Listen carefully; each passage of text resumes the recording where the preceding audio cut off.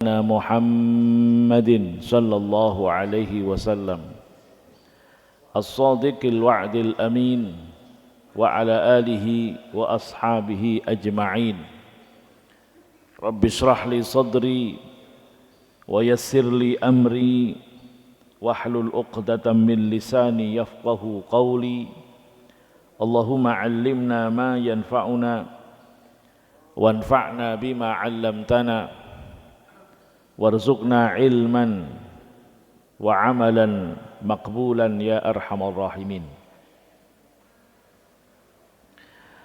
Hadirin Bapak Ibu jamaah salat subuh yang dimuliakan oleh Allah Subhanahu wa taala. Pertama-tama marilah kita panjatkan puji syukur kita kepada Allah Subhanahu wa taala. Alhamdulillah Allah masih memberikan kepada kita nikmat sehat, nikmat panjang umur. Semoga umur kita termasuk umur yang barokah. Amin ya rabbal alamin. Tambah umurnya, tambah amal solehnya, tambah ibadahnya, tambah ketundukannya kepada Allah Subhanahu wa ta'ala. Salawat ma'assalam semoga selalu dilimpahkan, dicurahkan kepada junjungan kita baginda Nabi Muhammad sallallahu alaihi wasallam.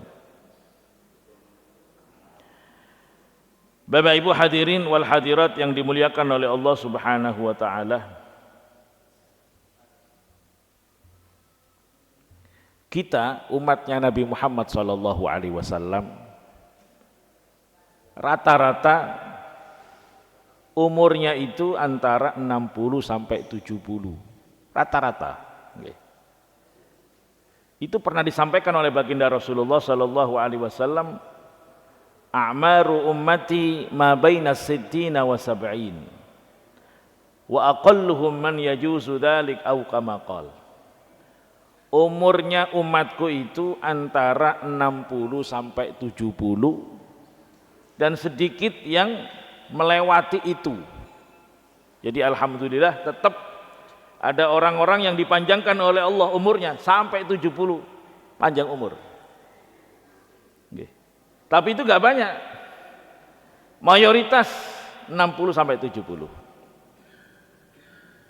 Artinya apa Bapak Ibu yang dimuliakan oleh Allah Subhanahu wa taala?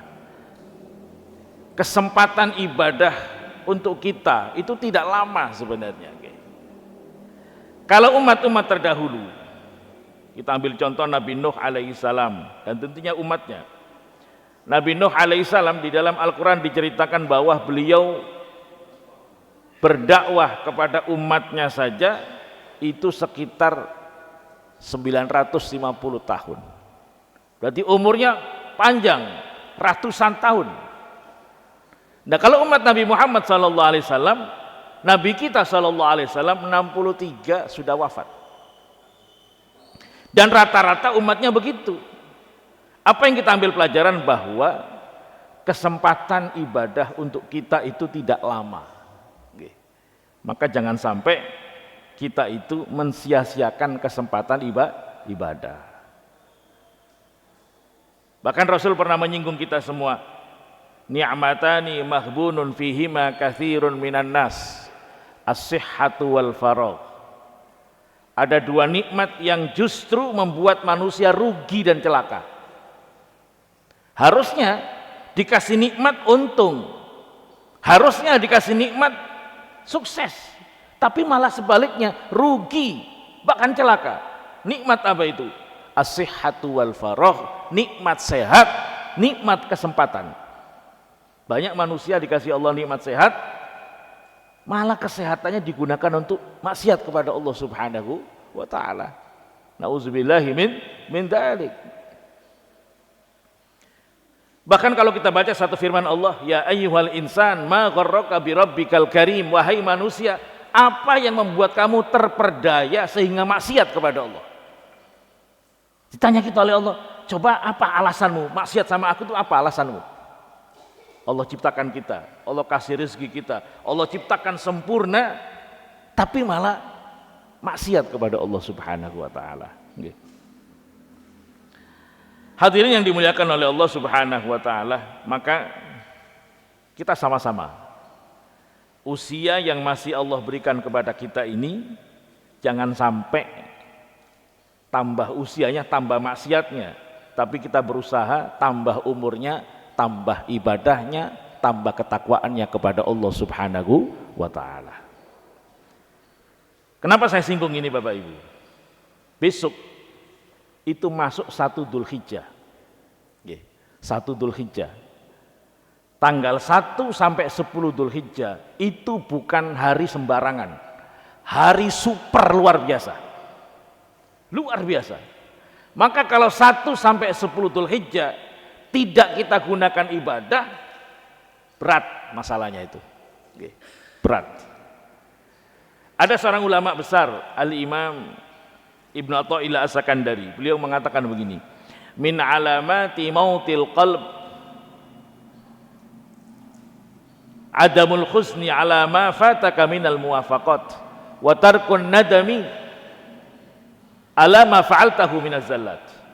Termasuk tanda-tanda hatimu mati adalah hatimu tidak tergerak untuk beramal soleh, padahal itu kesempatan yang luar biasa. Dan kamu tidak pernah menyesal tentang dosa yang pernah kamu lakukan. Jadi kalau kita ketinggalan ibadah, nggak sedih, nggak susah, berarti hati kita sudah kena penyakit maut, mati hatinya. Waduh, berat itu Pak, kalau sudah mati hatinya berat. Maka harus kita obati nih. Kita masuk pada tanggal, pada hari-hari mulia, maka kita harus menyesuaikan diri, muliakanlah dengan ibadah kepada Allah Subhanahu wa taala. Jangan hati-hati, jangan berbuat maksiat kepada Allah Subhanahu wa taala. Rasulullah bersabda, "Ma min ayyamin al-amalu shalihu fiha ahabbu ila Allah min hadhil ayyam." Tidak ada hari, kata Nabi, tidak ada hari yang lebih dicintai oleh Allah untuk dilakukan ibadah mengalahkan 1 sampai 10 Dzulhijjah. Enggak ada hari. Dalam setahun enggak ada hari yang lebih dicintai oleh Allah untuk ibadah mengalahkan 1 sampai 10 Dzulhijjah. Makanya ulama kita itu sampai debat, Pak. Muliahan mana 10 Ramadan dengan 10 Dzulhijjah? Sampai segitunya. Jadi ini kelasnya Ramadan ini Pak, bukan kelas sembarangan, kelasnya Ramadan. Nah, mendengar ucapan Rasulullah seperti itu, sahabat nanya, "Ya Rasulullah, walal jihadu fi sabilillah." Rasul, bagaimana kalau amal soleh di tanggal-tanggal tersebut dibandingkan dengan jihad fisabilillah? Jihad kan dirmatu sanami, puncak dari Islam itu jihad. Bagaimana itu Rasulullah? Walal jihadu fisabilillah, jihad pun kalah. Luar biasa ini.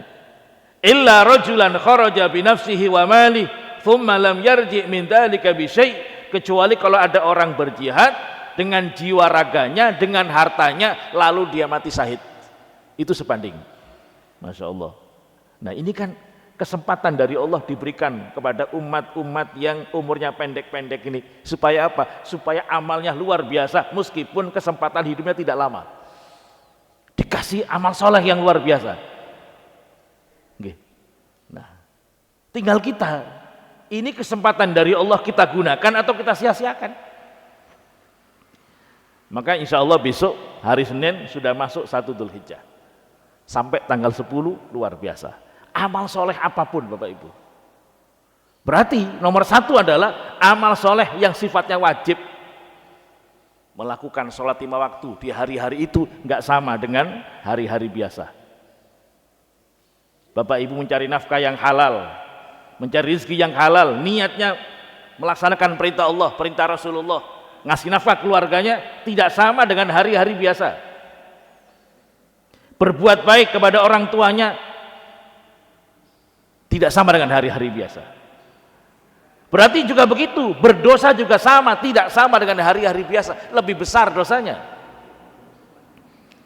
Apalagi kalau dosanya itu akbarul kabair, durhaka sama orang tua, naudzubillahi min dzalik.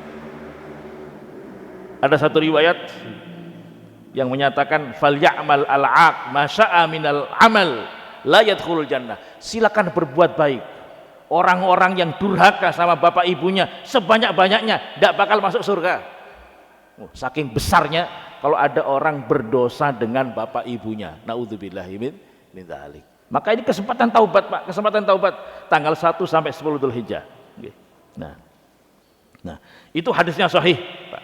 Jadi hadis sahihnya menjelaskan amal soleh secara umum luar biasa. Apapun.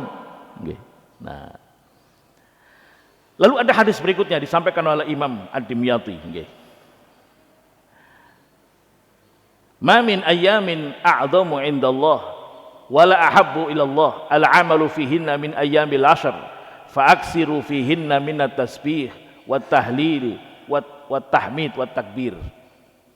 Tidak ada hari yang lebih dicintai oleh Allah untuk dilakukan amal soleh.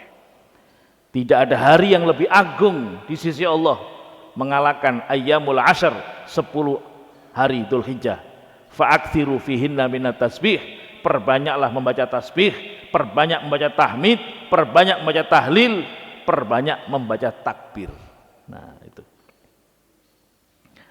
Wal Baihaqi bi isnadin la ba'sa bihi illa annahu qala. Di dalam riwayat Imam Baihaqi disebutkan wa inna siyama yaumin minha ya'dilu bi siyami sanatin. Puasa 1 hari sebanding dengan puasa 1 tahun. Masya Allah. Wal amalu fihinna yudha'afu bi sab'i mi'ati dhi'fin. Melakukan amal soleh di hari-hari tersebut dilipat gandakan oleh Allah sampai 700 kali lipat. Ini haknya Allah, Pak. Allah itu milih beberapa hari, milih bulan, milih waktu yang diutamakan oleh Allah Subhanahu wa taala. Nah, maka kesunahan puasa awal Dzulhijjah tidak hanya hari Arafah. Hari Arafah paling hebat. Jadi kalau kita tidak bisa puasa 9 hari, minimal 1 hari Arafah. Nah, apakah ada riwayat dari Rasulullah Shallallahu Alaihi Wasallam bahwa Rasulullah itu puasa 9 hari awal Dzulhijjah? Ada, Pak. Hadisnya riwayat Imam An-Nasai dari istri Rasulullah yang bernama Hafsah. Hafsah mengatakan arba'un lam yakun yada'ahunna Rasulullah Shallallahu Alaihi Wasallam. Ada 7 perkara yang tidak pernah ditinggal oleh baginda Rasulullah. Yang pertama adalah siyamu yaumi Asyura, puasa hari Asyura, wal ashru, dan puasa di awal 10 Dzulhijjah, yakni 1 sampai 9 Dzulhijjah. Wa salasatu ayyamin min kulli syahrin, puasa 3 hari setiap bulan, wa raq'ataini qoblal qadati, dan 2 rakaat sebelum subuh. Itu di antara 4 yang tidak pernah ditinggalkan oleh Rasulullah Shallallahu Alaihi Wasallam. Maka sunnah, Bapak Ibu yang ahli puasa, kejar puasanya 1 sampai 9. 1 sampai 9. Mungkin ada yang menyatakan, Pak Ustadz, ada riwayat dari Aisyah yang menyatakan ma ra'aitu Rasulullah Shallallahu Alaihi Wasallam shaiman fil ashri qad. Saya tidak pernah melihat Nabi puasa di tanggal 1 sampai 10 Dzulhijjah. Nah, itu ada 2 hadis. Itu bagaimana cara memahami? Yang satu mengatakan nggak pernah ditinggal Nabi, yang satu mengatakan nggak pernah melihat. Nah, itu ulama punya cara untuk apa? Mengumpulkan 2 hadis ini. Apa kesimpulan para ulama? Kalau ada 2 kasus hadis, yang satu mengatakan ada, yang satu mengatakan tidak ada, maka yang dikedepankan adalah yang mengatakan ada. Kenapa? Boleh jadi yang mengatakan tidak ada tidak pernah lihat. Maka yang tidak lihat ya kalah dengan yang pernah melihat. Boleh jadi pas tanggal 1 sampai 10 ketika bersama Aisyah radhiyallahu anha, Rasul sibuk dengan jihad, maka beliau tidak puasa. Pas lagi perang, Pak. Nah, gitu nggih. Jadi tetap disunahkan puasa tanggal 1 sampai 9 Dzulhijjah. Toh termasuk pada rangkaian tidak ada amal soleh, tidak ada hari yang lebih dicintai oleh Allah Subhanahu wa taala untuk dilakukan ibadah mengalahkan 1 sampai 10 Dzulhijjah. Nah, Al-Imam Ibnu Qayyim Al-Jauzi mengatakan begini, Kalau dibandingkan antara 10 malam Dzulhijjah, 10 malam akhir Ramadan dengan 10 awal Dzulhijjah, diambil kesimpulan kalau malamnya pasti yang paling afdol adalah 10 akhir Ramadan. Tapi kalau siang harinya yang afdol adalah 1 sampai 10 Dzulhijjah. Jadi ini bukan bulan biasa, bulan luar biasa. Kalau kita biasa-biasa saja, maka kerugian besar yang akan kita derita nanti di akhirat. Na'udzubillah, tsumma na'udzubillah. Nggih. Ingat Bapak Ibu yang dimuliakan oleh Allah, orang muslim itu memandang masa depan itu bukan hanya masa depan di dunia, masa depannya di akhirat itu harus kita pikirkan. Nggih. Jadi bedanya orang Islam dengan orang non muslim begitu. Orang non muslim memikirkan masa depan, dunia doang. Kalau kita dunia akhirat, maka kalau ada sesuatu yang menguntungkan secara duniawi tapi menyengsarakan secara akhirat, skip. Bahaya ini, Pak. Bahaya. Itu pola hidup kita begitu. Wah, ini menguntungkan secara ekonomi ini, proyek baru ini. Nah, tapi di akhiratnya babak belur kita ini. Kenapa? Banyak korupsinya. Tinggalkan. Kalau nggak mau babak belur nanti di akhirat, ya, gitu. Hadirin yang dimuliakan oleh Allah Subhanahu wa taala. Di dalam riwayat Imam Tirmidzi. Cuma yang berikut ini hadisnya dhaif. Loh, kok disampaikan Pak Ustadz? Berarti ulama ini mengikuti pendapat mayoritas ulama. Hadis dhaif itu ditampung. Dijadikan penyemangat, tidak dijadikan dasar awal. Dasar awal tadi yang hadis sahih. Mamin ayamin tadi hadis sahih. Hadis kedua itu yang dijadikan dasar awal. Nah, hadis dhaifnya dijadikan pegangan dalam hal penyemangat amal soleh saja. Dalam riwayat Imam Tirmidzi disebutkan, Mamin ayamin ahabbu ilallah ayyu ta'abbada lahu fiyya min ashri Dzulhijjah. Tidak ada hari yang lebih dicintai oleh Allah untuk dilakukan ibadah mengalahkan 10 awal Dzulhijjah. Ya'dilu siyamu kulli yaumin minha bisyami sanatin, puasa 1 hari sebanding dengan puasa 1 tahun. Wa qiyamu lailatin minha bi qiyami lailatil qadri, melakukan qiyamul lail di malam-malam tersebut sebanding dengan qiyamul lail di malam Lailatul Qadar. Ini ditampung, Pak. Kalau benar, wah luar biasa. Tapi yang ini hadisnya dhaif. Jadi kesimpulannya apa? Ini bukan hari-hari biasa, hari super luar biasa 1 sampai 10 Dzulhijjah. Nah, kalau kita biasa-biasa saja, berarti kita menderita penyakit, Pak. Penyakitnya nggak bisa diobati dokter. Penyakit mautul qalbi, matinya hati, nggak bisa diobati oleh dokter. Bapak harus ngobati sendiri, banyak zikir, banyak taubat kepada Allah Subhanahu wa taala. Enggak merasa sedih tidak bisa melakukan ibadah atau tidak pernah menyesal ketika melakukan maksiat. Maka di antara ciri menyesal itu, Pak, nangis biasanya orang itu. Itu ciri menyesal. Kita kan punya masa lalu Bapak Ibu ya, yang enggak boleh ada yang tahu kecuali kita dan Allah saja. Kalau ingat masa lalunya, Masya Allah, nangis. Ya Allah, dulu gitu amat, astagfirullah, nangis. Menyesal. Nah, menyesal itu berarti apa? Hatinya masih hidup.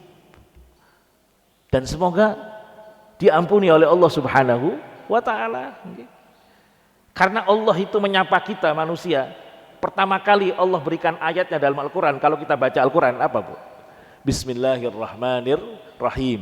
Yang dikenalkan oleh Allah kepada kita adalah Ar-Rahman Ar-Rahim. Padahal Allah kan Al-Jabbar ada, Syadidul Iqab ada.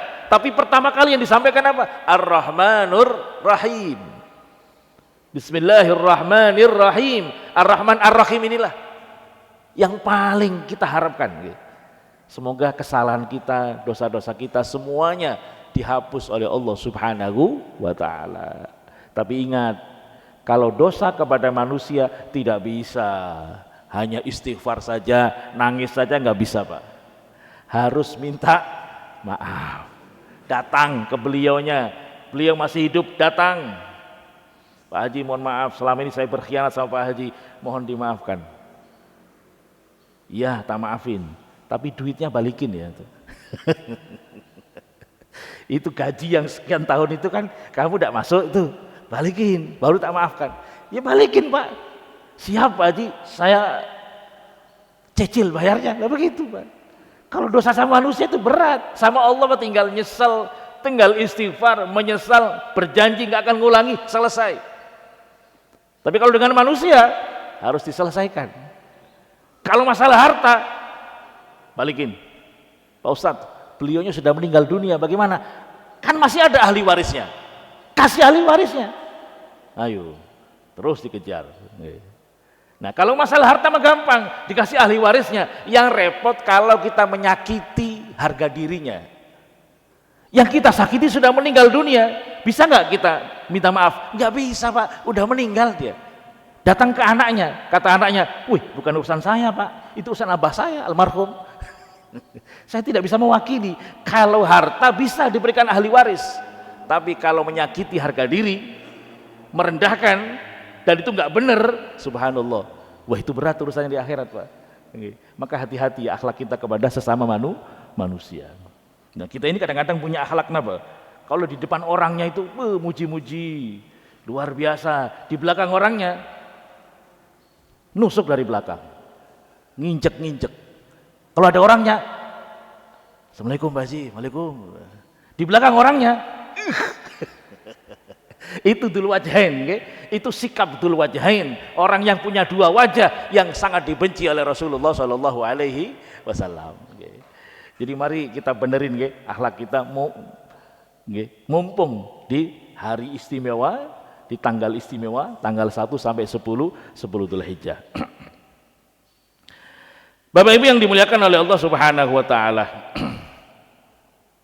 Tanggal 1 sampai 10 jangan lupa di tanggal 9 ada puasa Arafah.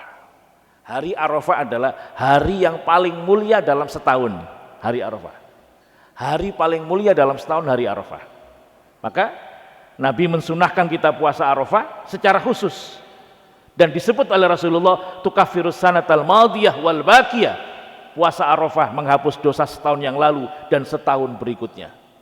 Kata para ulama, ini yang dihapus dosa-dosa hablum minallah, bukan hablum minan nas, dan bukan termasuk dosa-dosa besar. Kalau dosa besar butuh taubat secara khusus.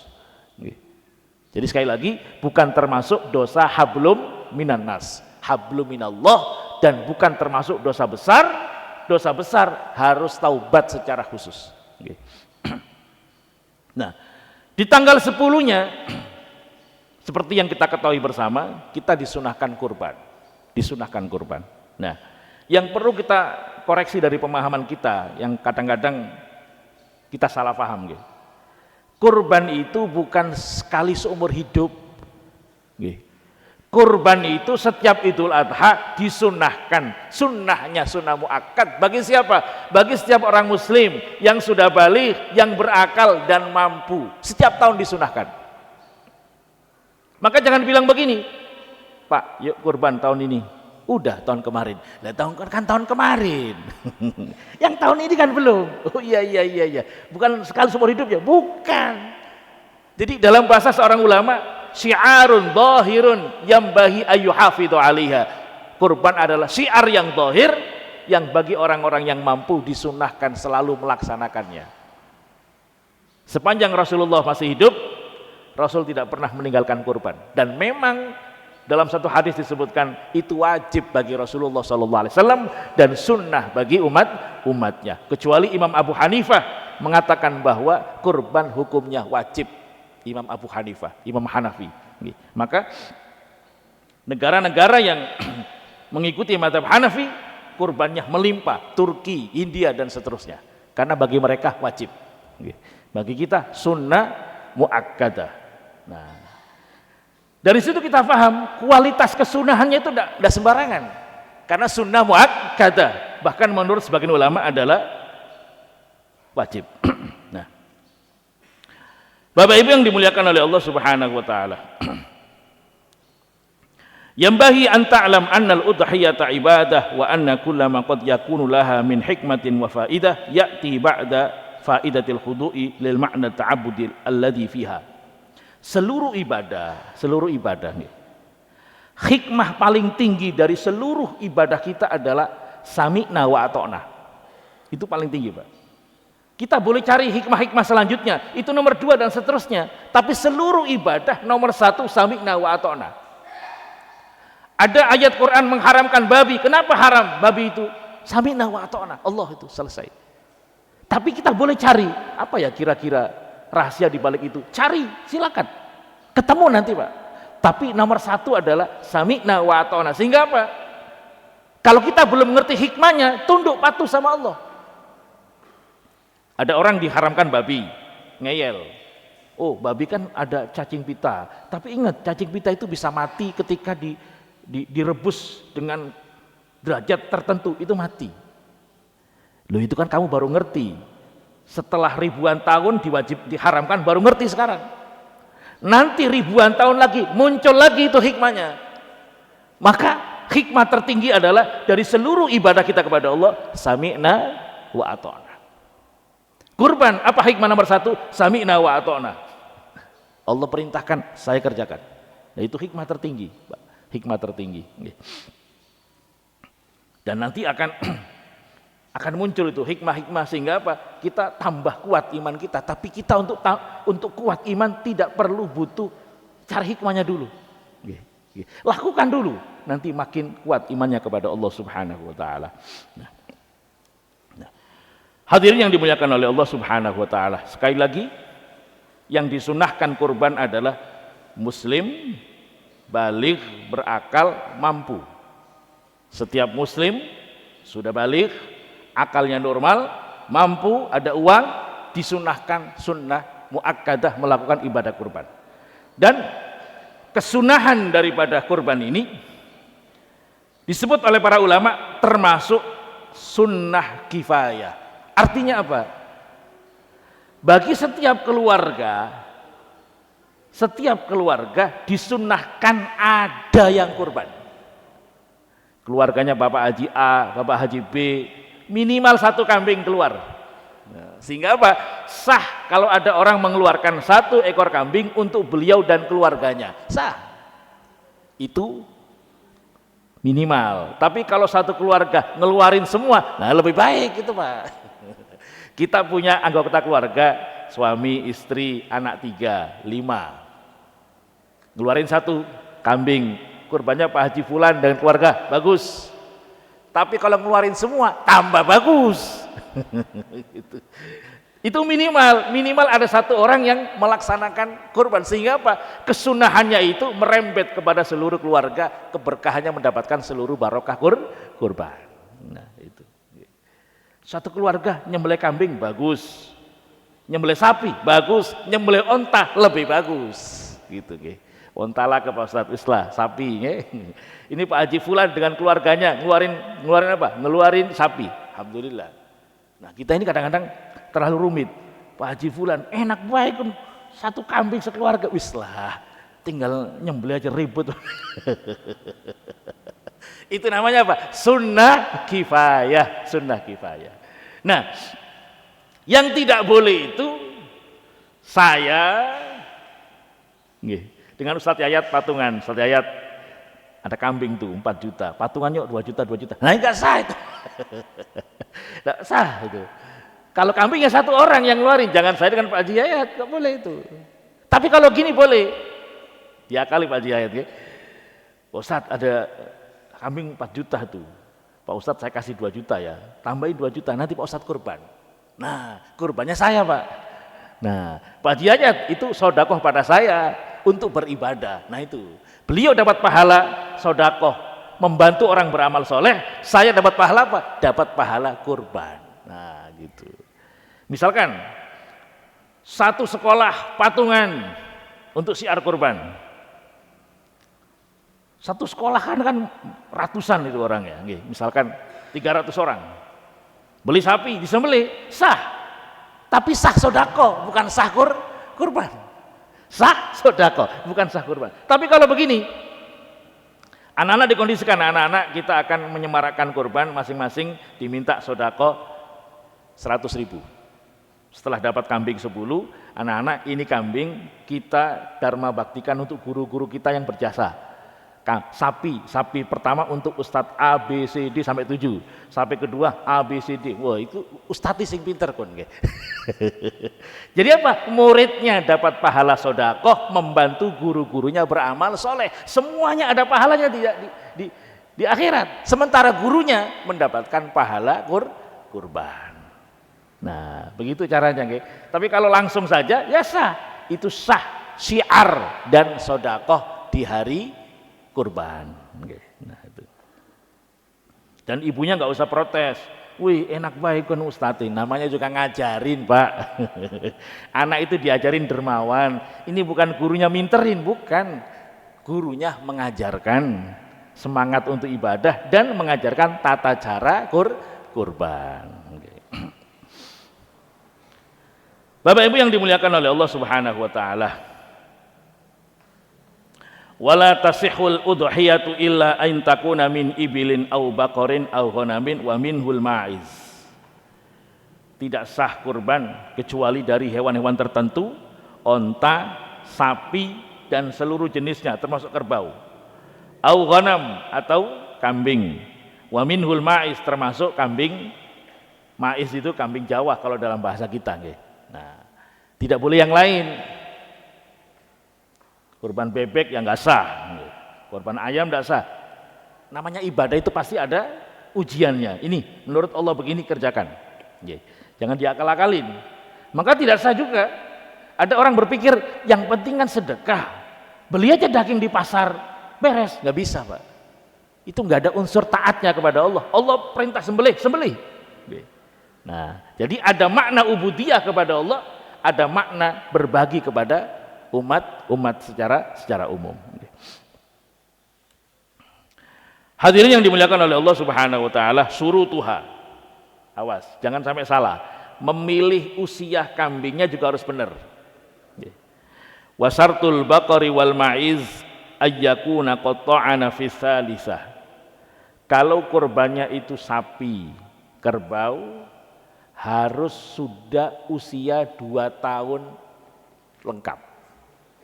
Jadi kalau Bapak beli sapi masih 1 tahun, tidak sah. Harus usia 2 tahun. Wa amma syartu dha'ni fa huwa an yakuna qatta'ana fi thalithah aw ajda' an saqatat asnanuhu al-amamiyah. Kalau kita kurbannya adalah domba. Domba itu kambing yang berbulu itu syaratnya adalah usia 1 tahun atau sudah tanggal gigi depannya. Nah, khusus untuk domba itu ulama kita nggak satu pendapat, Pak. Pendapat pertama mengatakan apa? 1 tahun. Pendapat kedua mengatakan boleh 6 bulan.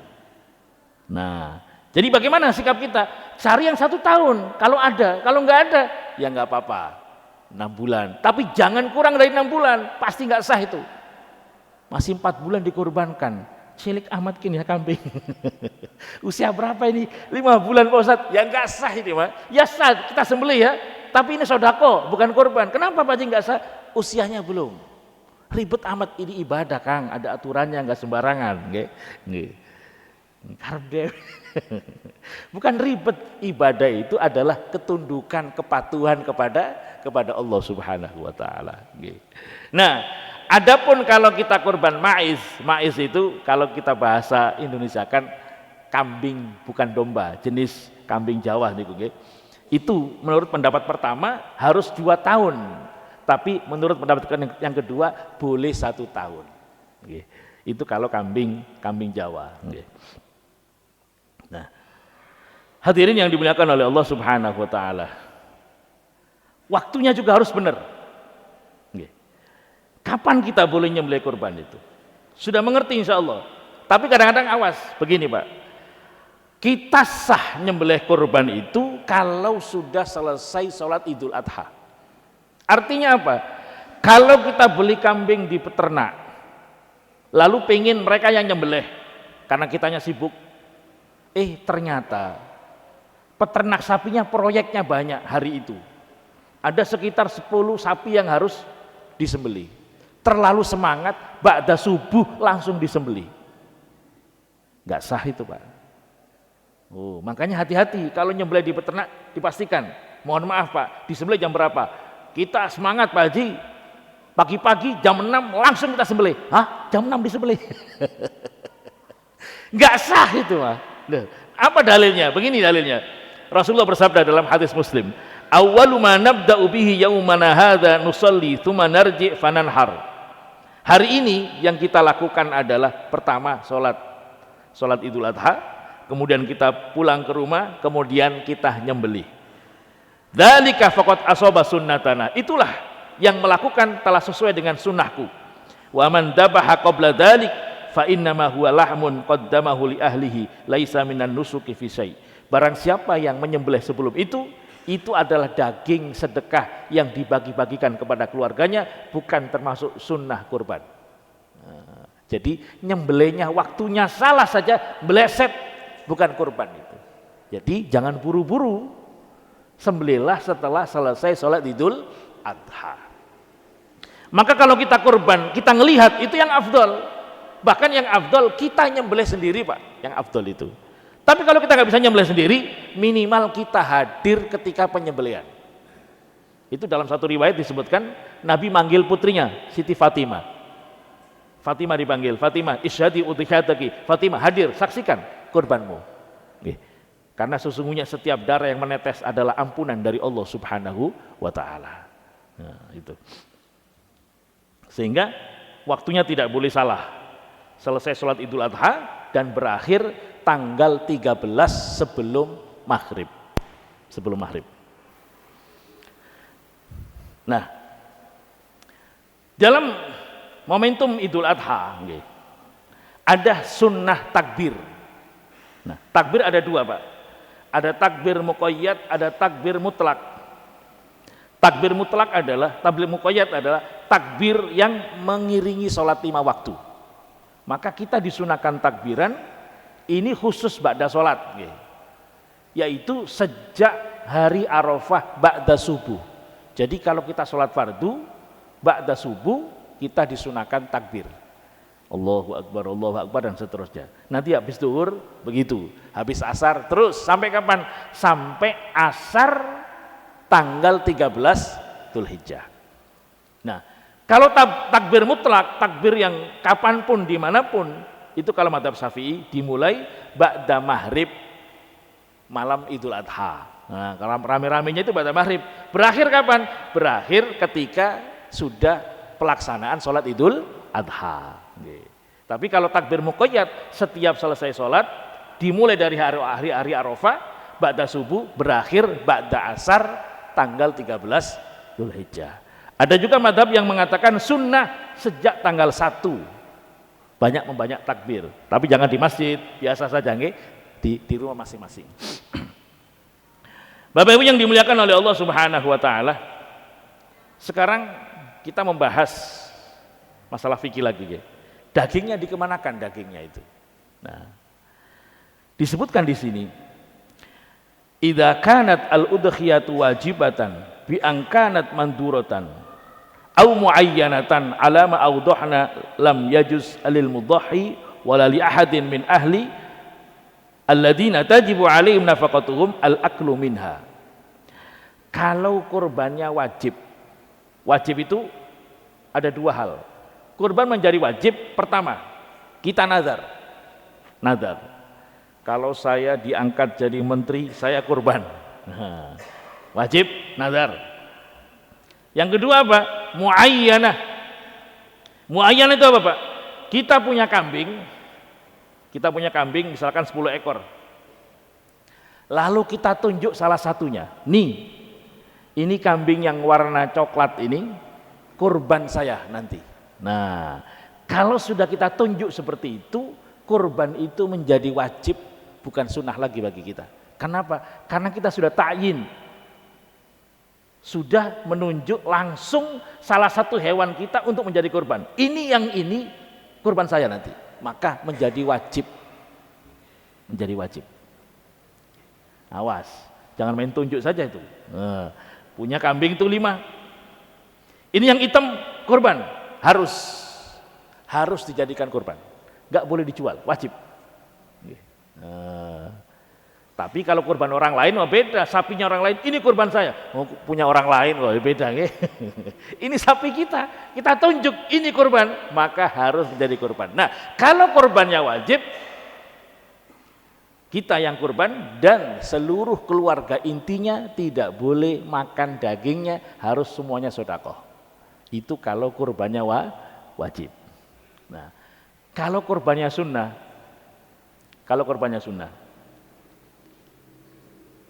kesimpulannya begini, kalau kurbannya sunnah, harus ada yang disedekahkan, berapapun. Jadi misalkan begini Pak, kita mau nyari madhab efisiensi nih, kan lagi musim efisiensi nih. Kita mau hajatan nikahan anak kita 2 hari setelah Idul Adha. Waduh, kebetulan amat ini ya, Idul Adha mau hajatan, nyembelih sapi lah 2 ekor, disembelih kurban, tapi disimpan buat hajatan. Nah itu efisiensi, boleh nggak? Boleh, tapi harus tetap ada yang disedekahkan. Sedekah kan tetap harus ada, meskipun mayoritas diambil dia, boleh, tapi tetap harus ada yang disedekahkan. Ada misalkan dari sapi pertama diambil 5 kilo, sapi kedua 5 kilo dibagikan, nah sah. Jangan diambil semua untuk hajatan. Harus tetap ada yang disedekahkan, meskipun tidak banyak, yang penting sudah pantas disedekahkan, itu sah. Tapi ini tentunya tidak dianjurkan kayak begitu. Itu seandainya pengen efisiensi. Kan musim efisiensi sekarang kan. Nah yang afdal, bagaimana yang afdal? Nah ini yang kita cari, yang afdal, ambil sedikit, mayoritas sedekah. Kita ambil sedikit aja, untuk siapa? Untuk keberkahan keluarga kita. Mana pengen nyicipin saya, buat anaknya, buat istrinya, buat cucunya, udah, yang lain disedekahkan. Nah itu yang bagus. Seandainya kita pengen efisiensi, itu sah seperti itu. Kita ambil dagingnya semua, tapi tetap harus ada yang disedekahkan, dan sedekahnya harus masih mentah, jangan udah mateng. Orang kasih mateng kan nggak bisa ngapa-ngapain. Waduh, dikasih rawon, nggak suka saya Pak Haji. Saya pengennya jadi sedekahnya mentah. Nah itu baru sah. Nah, kemudian yang dimuliakan oleh Allah, Bapak Ibu yang dimuliakan oleh Allah, korban itu harus utuh. Mulai dari kepala sampai ujung kaki korbankan semua, jangan ada yang dijual. Maka hati-hati. Kita biasanya kalau nyembelih sapi supaya cepat, kita ngambil jagal, karena profesional. Nah, jagal boleh nggak dikasih kepala? Boleh, asalkan itu bukan ongkos nyembelih. Misalkan begini, kita ambil salah satu tokoh masyarakat yang biasa nyembelih, Pak Haji, saya minta tolong nyembelih sapi saya. Ongkosnya berapa Pak Haji? 400 satu sapi. Widih, mahal amat 400. 100 baiklah. Oke 200, tapi kepalanya buat saya. Nah, kepalanya buat saya, itu tidak boleh Pak. Berarti ini ongkos. Tapi kalau begini, berapa ongkosnya? 300, wis 300 lah, sembelih. Setelah nyembelih dikasih, ini Pak Haji, kepala buat Pak Haji. Boleh, kenapa? Ini hibah. Ini dia dikasih, karena beliau nyembelih, dia juga berhak dapat. Masa tega suruh nyembelih, udah pulang kamu?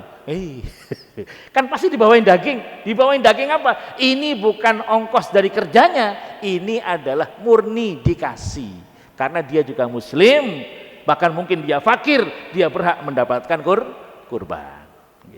Jadi jangan dikasih atas dasar ongkos, dikasih atas dasar dia juga masyarakat yang berhak mendapatkan daging. Nah gitu sah. Kulit juga begitu Bapak Ibu. Kulit itu yang aman adalah kasihkan fakir miskin pada ngantri, nih tak kasih kulit, terserah. Kalau sudah pindah ke fakir miskin bebas, mau kulitnya dijual, mau dimasak, mau dijadikan baju, silakan, itu hak dia. Yang tidak boleh ngejual itu siapa? Yang korban dan panitia, karena panitia adalah wakilnya pengorban. Tapi kalau udah dikasihkan pada orang lain, itu udah hak dia, terserah mau ngapain. Nah, cuma perlu kami sampaikan, ada pendapatnya Imam Hanafi. Kalau Imam Hanafi agak unik Pak pendapatnya ini. Beliau mengatakan begini, kulit itu boleh dijual, duitnya harus disodakokan, nggak boleh diambil. Nah, ini masuk akal nih. Kalau daripada mubazir, nganggur, udah ikut Imam Hanafi, jual saja, nanti hasilnya dikembalikan kepada fakir miskin, santunan yatim atau apalah, kasih. Nah itu. Atau begini, boleh dijual, nanti hasilnya dibelikan peralatan, dibelikan sajadah, dibelikan apa, boleh dipakai. Yang tidak boleh adalah dijual, dibelikan nasi padang. Nah itu tidak boleh. Itu kalau mazhabnya Imam Hanafi. Dijual, hasilnya dikemanakan? Dikembalikan kepada fakir miskin atau dibelikan barang dipakai oleh kita, boleh. Gitu. Nah itu mazhab Abu Hanifah. Tapi kalau jumhur ulama tidak. Jadi memang masih perdebatan. Kalau jumhurul ulama udah kasihkan saja kepada fakir miskin, kulitnya nanti mereka yang memanfaatkan. Atau kita manfaatkan kulitnya. Nah itu. Nah hadirin yang dimuliakan oleh Allah Subhanahu wa ta'ala, ada beda status ini yang saya baca dalam fikih Syafi'i, yang lain saya nggak tahu. Ada beda status antara daging yang diberikan fakir miskin dan daging yang diberikan kepada orang-orang yang mampu. Beda status. Maksudnya bagaimana? Kalau daging yang diberikan kepada fakir miskin, itu fakir miskin memiliki secara mutlak. Sehingga apa? Fakir miskin bebas. Mau dimakan boleh, mau dijual boleh, mau diapain boleh. Itu fakir miskin. Jadi kalau fakir miskin yang cerdas, datang ke Subang dapat 10 kilo, pindah ke musola samping dapat 2 kilo, pindah ke sono dapat 2 kilo, 20 kilo Pak. Hari keempat dijual di pasar Rawu, sah. Fakir miskin. Orang mampu nggak boleh. Orang mampu dia hanya boleh menikmati, tidak boleh ngapa-ngapain, dinikmati saja. Nah itu penting dikasih tahu, okay? Orang kaya udah, orang kaya kok masa ngejual, hakim kurbannya macam-macam, Pak. Nikmati saja. Kalau orang miskin bebas Pak, orang miskin bebas. Nah saya ingin membahas fikih juga ini Pak. Fikih bertamu. Orang kalau bertamu kan disuguhin macam-macam, disuguhin martabak, disuguhin kue-kue enak. Itu kue yang disuguhin itu untuk dinikmati, bukan untuk dibawa pulang. Disuguhi Pak Haji ambil, haram itu dibungkus itu, haram. Kenapa? Karena orang yang menyajikan itu untuk dinikmati, bukan dibawa pulang. Jangan main bungkus aja Pak, bungkus, haram itu mah. Hati-hati ya. Kecuali kalau dapat izin, itu martabak bawa aja, bawa pulang, kasih anak-anaknya. Nah baru itu boleh. Tapi kalau nggak ada izin jangan. Itu hanya disuguhkan untuk dinikmati, bukan untuk dibawa pulang. Bayangkan Pak, kita Idul Fitri ada tamu, kita sediakan toples 5 isi coklat, dibawa pulang. Itu bangkrut kita. Itu adab ya, adab yang harus kita taati sesama muslim Bapak Ibu ya. Nah terakhir hadirin yang dimuliakan oleh Allah Subhanahu wa ta'ala, ada beberapa adab yang harus kita perhatikan ketika masuk Idul Adha. Idza dakhala asru Dzul Hijjah wa azima khilalahu ala aydahi nudiba lahu alla yuzila syai'an min sa'rihi wa adhafiri ila aydahi. Disunnahkan, bukan diwajibkan, disunnahkan bagi orang yang sudah menginginkan kurban. Dia sudah niat kurban, disunahkan masuk 1 Dzulhijjah jangan potong kuku, jangan potong rambut. Siapa yang disunahkan? Yang mau kurban. Kalau nggak mau kurban, yang nggak ada urusan. Kurban nggak mau potong kuku, nggak potong rambut. Ngapain nggak potong rambut? 1 Dzulhijjah mau kurban? Nggak ada urusan. Yang disunahkan itu yang niat kurban. Jadi kalau kita mau berkurban tanggal 1 Dzulhijjah, stop. Jangan cukur rambut, jangan potong kuku. Itu hukumnya sunnah. Sunnah kita kerjakan. Kenapa harus begitu? Sami'na wa ata'na. Selesai. Mungkin bisa dianalisa, Mungkin supaya merasakan beberapa aktivitas orang-orang haji. Orang haji kan sedang melakukan ihram. Nah, begitu. Yang kedua, yusannu lahu ayatawalla dzabhaha bi nafsihi wa illam yaf'al li udrin aw ghairihi falyasdad dzabhaha. Disunahkan bagi orang yang kurban untuk menyembelih sendiri atau paling tidak dia menghadiri penyembelihannya. Yang ketiga, yusannu li hakimil muslimin au imamihim ayudhahi min baitil mal 'anil muslimin. Disunahkan bagi pemimpin umat Islam untuk berkorban diambilkan dari baitul mal, dikorbankan untuk umat Islam. Nah, itu mencontoh Rasulullah ketika berkorban mengatakan ini adalah untuk umat Nabi Muhammad. Itu dipahami oleh para ulama, itu adalah seorang pemimpin tertinggi, dia boleh korban untuk bangsanya, untuk rakyatnya, dan boleh diambilkan dari dana umatnya, boleh. Tapi korbannya untuk umat, bukan untuk beliau. Nah, okay. Maka semoga kita punya pemimpin yang baik, amin ya rabbal alamin. Punya pemimpin yang muslim, dan itu fardu kifayah, harus ada. Maka lembaga pendidikan kita yang ada di Indonesia harus berjuang bagaimana pemimpinnya setiap periode harus orang Islam. Kenapa? Fardu kifayah. Kalau naudzubillah terjadi pemimpinnya bukan umat Islam, dosa satu negara, dosa semua, Pak. Maka kita niatkan seperti itu, maka orang-orang yang punya lembaga, maka pahalanya besar. Kenapa Anda bikin lembaga pendidikan? Saya ingin pemimpin negara ini selalu muslim, taat kepada Allah. Itu luar biasa, pahalanya akan mengalir terus. Dan semoga ikhlas kepada Allah Subhanahu wa ta'ala. Jadi ini proyek besar, Pak, proyek besar. Kalau dunia ini dikuasai oleh umat Islam, yakin aman. Karena dunia tidak dikuasai umat Islam, sengsara kita, Pak. Dikuasai Donald Trump, sengsara kita. Kita hanya jadi apa? Jadi mainan doang. Yang memimpin itu Cina, Rusia, Amerika. Kita menjadi korban terus. Salah siapa? Salah kita. Coba dulu ketika umat Islam berjaya, aman, Pak. Kenapa? Karena kita ikut aturan Allah. Mereka nggak ikut aturan. Nggak ikut aturan. Maka kalau Banten pengen aman, harus mayoritas umat Islam. Titik, nggak ada lagi. Kalau mayoritas umat Islam aman, yang lain bakal aman, dijaga. Tapi kalau yang lain mayoritas, wallahu a'lam bishawab itu, Pak. Kita nggak bisa menjamin. Maka mari Bapak Ibu ya, perjalanan dakwah itu kita berikan terus kepada anak-anak kita itu. Maka ketika kita punya anak kita harus mewarisi kita. Mewarisi apa? Mewarisi sujud kepada Allah Subhanahu wa ta'ala. Kalau kita punya anak begitu niatnya, luar biasa itu. Anak sebanyak mungkin. Anaknya berapa? 10, Pak Ustadz. Semua ahli ibadah, mantap itu, Pak. Jadi anak-anak kita harus tetap melanjutkan estafet dakwah. Sama, Pak.